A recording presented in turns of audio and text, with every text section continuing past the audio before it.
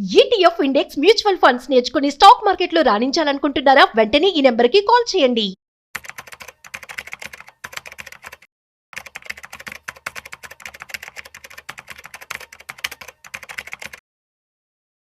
నమస్తే, నేను జీవి సత్యనారాయణ. ఎవరైతే క్రెడిట్ కార్డులు ఎక్కువ యూజ్ చేస్తున్నారో జూలై 1 నుంచి కొన్ని మార్పులు జరుగుతున్నాయి. ఆ మార్పులు ఏంటిది అనేది ఇప్పుడు మనం చూద్దాం. ఈ జూలై 1 నుంచి ఎవరైతే అంటే ఇప్పుడు పర్టికులర్గా అనౌన్స్ చేసింది ఎవరు అంటే హెచ్డిఎఫ్సి బ్యాంకు సంబంధించిన కార్డు ఇది. హెచ్డిఎఫ్సి బ్యాంక్ ఎవరైతే ఉన్నారో, హెచ్డిఎఫ్సి బ్యాంక్ క్రెడిట్ కార్డు ఎవరైతే ఉన్నారో వాళ్ళు ఎవరైతే ఆ మార్పులు జూలై 1 నుంచి అమల్లోకి రాబోతున్నాయి. ఆ అమలు ఏంటిదో చూద్దాము. అవే కాకుండా ఇంకా వేరే బ్యాంకుల కార్డులు ఉన్నాయి కూడా, అవి కూడా మార్పులు జరగవచ్చు. హెచ్డిఎఫ్సి బ్యాంక్ చేంజ్ చేస్తుందంటే మిగిలినవి కూడా చేంజ్ చేసే అవకాశాలు ఉంటాయి. ప్రజెంట్ మాత్రం ఇప్పుడు హెచ్డిఎఫ్సి బ్యాంకు సంబంధించిన ఇన్ఫర్మేషన్ మీకు చెప్తున్నాం. కానీ ఈ ఛార్జెసే కాకుండా మిగిలిన వాళ్ళు పెంచవచ్చు, పెంచకపోవచ్చు, టైం పెంచవచ్చు, లేదు కానీ క్రెడిట్ కార్డుకి సంబంధించిన ఇన్ఫర్మేషన్ మీరు తెలుసుకోవటం అనే దాని మీద ఇప్పుడు దీని మీద చెప్పడం జరుగుతుంది. ఓకే, ఈ క్రెడిట్ కార్డు ఏదైతే ఉందో ఆన్లైన్ గేమింగ్ కానీ, వాలెట్ లోడింగు, యుటిలిటీ బిల్లు చెల్లింపులు, వాటి మీద ఇప్పుడు ఈ జూలై 1 నుంచి ఏవైతే ఛార్జీలు ఉన్నాయో వాటి మీద ప్రభావం ఎక్కువ ఉంటుంది అన్నట్టు.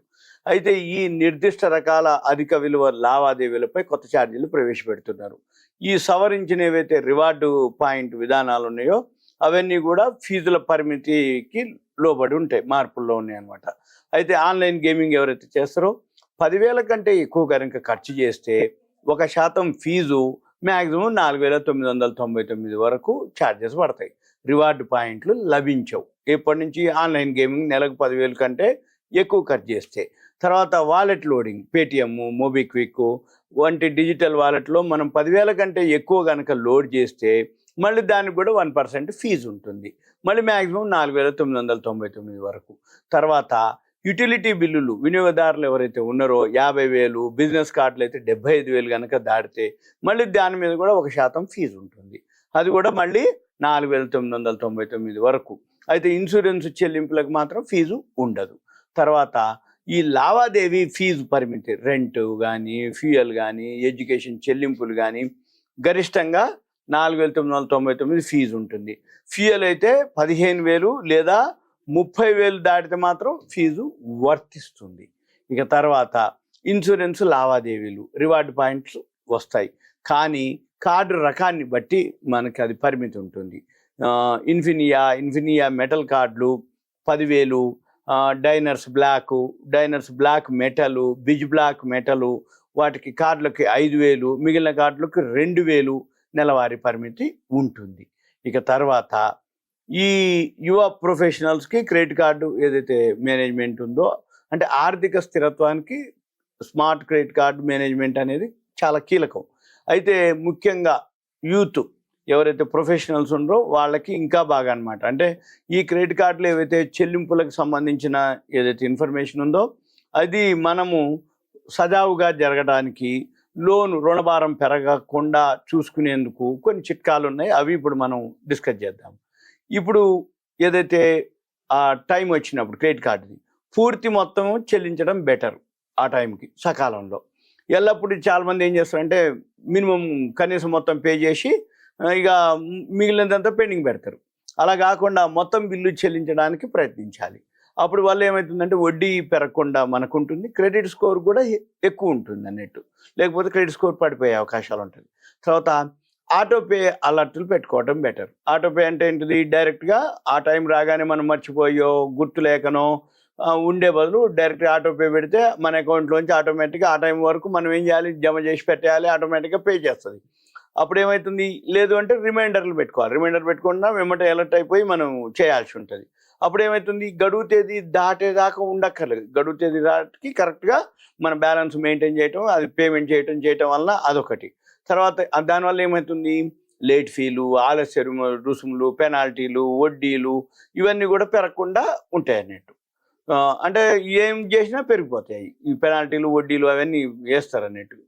కాబట్టి లేట్ ఫీల్ అవన్నీ. తర్వాత ఇక కార్డు ఉంది కదా అని మితిమీరిన వాడకం ఎక్కువ చేయకూడదు. అంటే బడ్జెట్ మనం ఎంతైతే ఇన్కమ్ ఉందో, బడ్జెట్ ఉందో దాన్ని బట్టే మనము మన క్రెడిట్ కార్డుని వాడుకోవాలి. అయితే ఇక ఈ క్రెడిట్ ప్రొఫైల్ నిర్వహించడానికి క్రెడిట్ లిమిట్లో అంటే ఎక్కువైతే ఎంతైతే లిమిట్ ఉందో దాంట్లో మనం 30% వరకు ప్లాన్ చేసుకోవచ్చు. మరీ ఎక్కువైతే మళ్ళీ పేమెంట్ ఇబ్బంది లేకుండా ఉండేటట్టు ఉండాలన్నట్టు అందుకోసం. తర్వాత వడ్డీ రేట్లు కూడా చేంజ్ అవుతుంటాయి. ఒకవేళ మనము డ్యూ కనుక అయిపోయి పెనాల్టీలు కనుక అయితే ఇంట్రెస్ట్ ఎక్కువైపోతుంటుంది.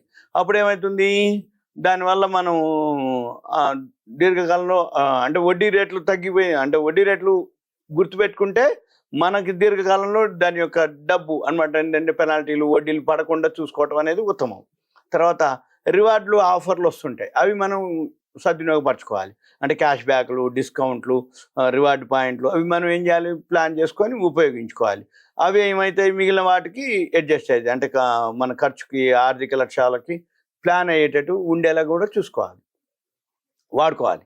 తర్వాత ఈ స్టేట్మెంట్లు మాత్రం ఎప్పుడు చెక్ చేస్తుండాలి. ఏవైతే చేయటం వల్ల దానివల్ల ఏమవుతుంది, స్టేట్మెంట్ చెక్ చేయడం వల్ల అలా ఏమన్నా తెలవకుండా అనధికార మనకు చెప్పకుండా ఖర్చులు ఏమన్నా పడ్డాయి, ఛార్జెస్ లాంటివి కానీ లేదు అలా ఏమన్నా మనకి లోపాలు కానీ ఉంటే తెలుసుకోతే మనకేమవుతుంది, ఆ లోపాలు లేకుండా మనం నెక్స్ట్ ప్లాన్ చేసుకోవచ్చు.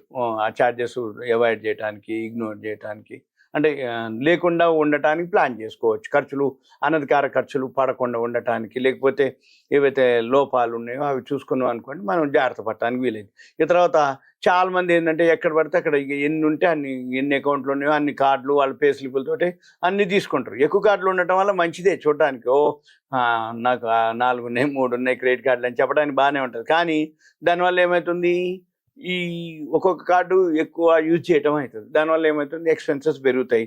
దాంతో ఏమవుతుంది, మనము ఎక్కువ కార్డులు ఉండటం వల్ల ఖర్చులు పెరిగిపోతాయి. అంటే ఎక్కువ ఖర్చు పెడతాం. ఎక్కువ ఖర్చు పెట్టినప్పుడు మళ్ళీ ఎక్కడో ఒక దగ్గర ఏదైనా అయింది అనుకోండి, ఒక్కసారికి మన క్రెడిట్ స్కోర్ పడిపోవడం జరుగుతుంది. దాని బదులు అసలు కార్డులు చాలా తక్కువ ఉండటం మంచిది, పొదుపుగా వాడుకోవటం మంచిది. ఎక్కువ శాతం ఎన్ని కార్డులు కంటే కూడా ఎంత తక్కువ ఉంటే కార్డులు అంత మంచిది. ఎప్పటికప్పుడు మనం మన ప్లాన్ ప్రకారం మనకున్న ఇన్కమ్ మన ఎస్టిమేషన్ ప్రకారం చూసుకొని చేయటం అనేది మంచిది. ఇదంతా కూడా క్రెడిట్ కార్డుల మీద ఏవైతే ఉన్నాయో రేపు జూలై 1 నుంచి ఛార్జెస్ ఉంటాయి. మనం ఏం చేయాలి, మనకి ఎంత మిగులుతుంది, ఎంత ఛార్జీలు పడుతున్నాయి, దాన్ని యూజ్ చేయాలా చేయకూడదా, మన దగ్గర ఓన్ అమౌంట్ ఉన్నప్పుడు ఈ క్రెడిట్ కార్డుని యూజ్ చేయకపోవడమే ఉత్తమం. ఎందుకంటే ఆ టైంకి పే చేయాలి, చేయకపోవటం, ఇంట్రెస్ట్లు, ఏదైనా క్రెడిట్ స్కోర్ పడిపోతుంది. దాని బదులు మన దగ్గర పైసలు ఉన్నాయి అనుకోండి, ఓకే ఇంక మనం మామూలుగానే పే చేసుకొని కొనుక్కోవటం బెటర్ అనమాట. క్రెడిట్ కార్డు అనేది వాడుకోవాలి అత్యవసరమైనప్పుడు, లేదు మన బ్యాంక్ బ్యాలెన్స్ పెట్టి ఆటో పే లైవ్ చేసి చేయాలి. ఇదంతా మీకు awareness, education, information, knowledge purpose మాత్రమే ఉంటా. Thank you. సెలవు.